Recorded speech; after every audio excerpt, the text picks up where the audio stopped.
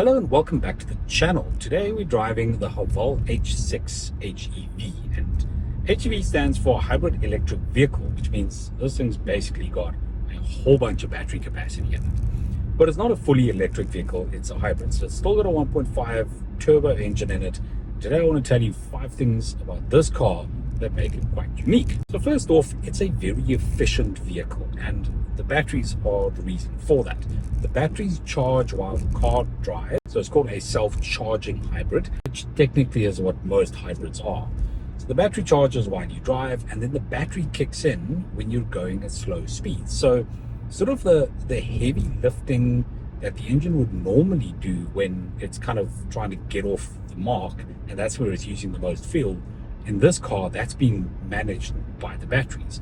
So when you're in a parking lot, when you're pulling out of the driveway, basically anything up to like 15, 20 kilometers an hour, this car runs on battery. So only once it's at speed does it engage the engine, and then the engine takes over. But the engine comes in at a point where the engine is more efficient. So you actually end up with a pretty good efficiency. Now, they claim 5.2 liters per 100.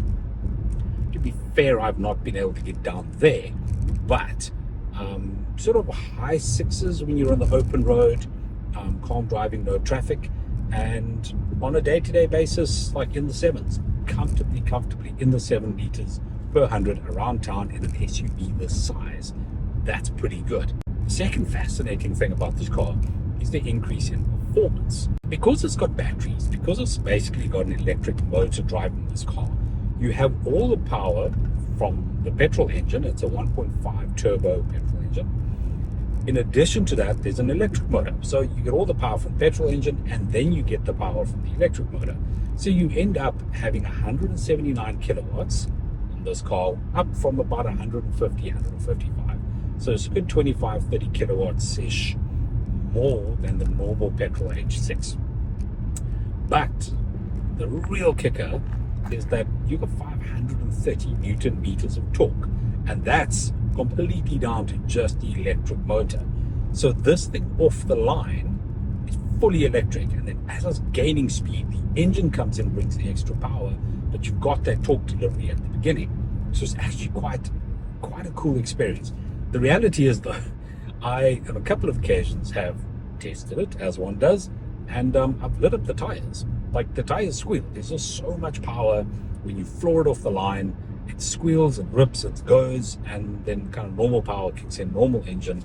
It's a lot nippier than you would imagine for a car this size. So that's like a massive benefit of the HEV. The other interesting thing to note in this car is that a 2-speed hybrid electric transmission. So there's kind of a whole bunch of cool gearing stuff going on, helping it through the hybrid, helping it into the transition into the petrol engine. It's not 100% smooth. There's a little bit of a jerk when you kind of come off the accelerator, especially if you're at speed.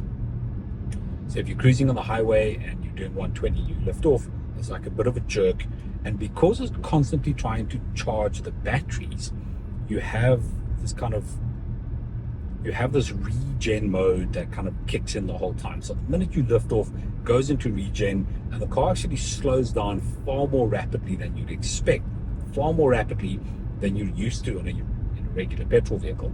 So the result is often you kind of on the accelerator to kind of keep up, and when you lift off, it's retarding too much, and then so you're back on the accelerator to keep up, and then off and on and off and on. So it can get a little bit jerky in some scenarios, not all the time, mostly at speed, mostly on the highway. But that's just down to the batteries trying to charge, the batteries trying to regen. And the result is just that it's like a little bit on the jerky side. Not a crisis though. It's the kind of thing after you've driven it for 2 or 3 days, you're completely used to it, you don't even notice it, and you carry on with your life. The fourth thing that's really important to know about this car is that it is absolutely loaded with safety features. I've had to pull over on the side of the road so I can read you this list because I for the life of me can't memorize it. Right, so there are 7 airbags, front and rear parking sensors, a 360-degree camera with a panoramic view, and a fully automated parking system. Other noteworthy features are autonomous emergency braking. Not even so sure about that, but probably save your life at some point. Traffic jam assist, rear cross traffic alert, lane keep steering, and full speed adaptive cruise control. All of this standard in the H6 HEV. It's it's actually really, really good. Like, it's just a full house of like everything you wish to have in a car like this, you have, and they just put it all in right out of the factory. You don't have to like spec it or add it, all these kind of things. You buy the H6 HEV and this stuff just comes standard. And then lastly, although Haval have been in South Africa for a significant number of years, they've got a whole range of cars. I think this is the third generation H6 they've brought in. There's an H2, there's a whole bunch. They do the Jolian, and they are gaining market share. But often I talk to people and their sort of response is, it's still a Chinese car and I don't know whether I can trust it. And so I think about this and I go, you know what, like there's a couple of things. And added to that is the added worry that this thing's got a bunch of batteries. What happens when the batteries die? What happens when the batteries stop working and I need to have them replaced? So Haval have thought about this and they've come to the party and they've said, you know what guys, we're going to do this properly. So what you get when you buy the H6 is quite a comprehensive set of warranties included in the car. So first off, you get a 5-year, 60,000 kilometer maintenance plan. So 5 years, 60,000 kilometers, you're covered in terms of services. They will take care of everything. You pay for fuel, you pay for tires, that's it. Then you get a 5-year or 100,000 kilometer warranty. So if there are any major components in the car that break within the first 5 years or the first 100,000 kilometers, they are covered under the warranty. So you don't have to worry about that. And then the batteries. The batteries come with an 8-year, 150,000 kilometer warranty. So these batteries give you any kind of trouble within the first 8 years of owning this car.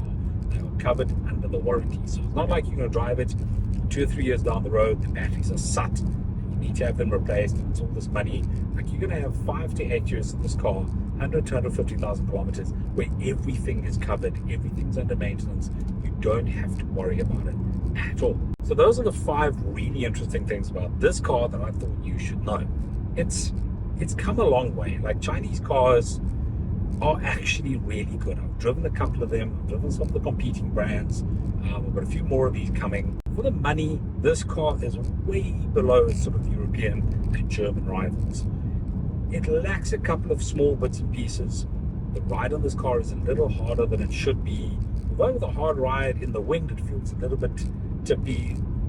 The whole sort of hybrid thing I mentioned earlier. But those are small things that you can live without if you just save 300,000 Rand on a spacious family vehicle. So if you're in the market for anything like this, then by all means, like go and have a look at the Haval H6. The HEV is specifically economical. It's got a bit more power and a bit more performance to it. So it's well worth considering buying this over sort of the standard one, especially when you consider where fuel prices are going. This makes a lot of sense. So thanks for watching. If you're keen on watching more car reviews, would love it if you subscribe, and we'll check you in the next video.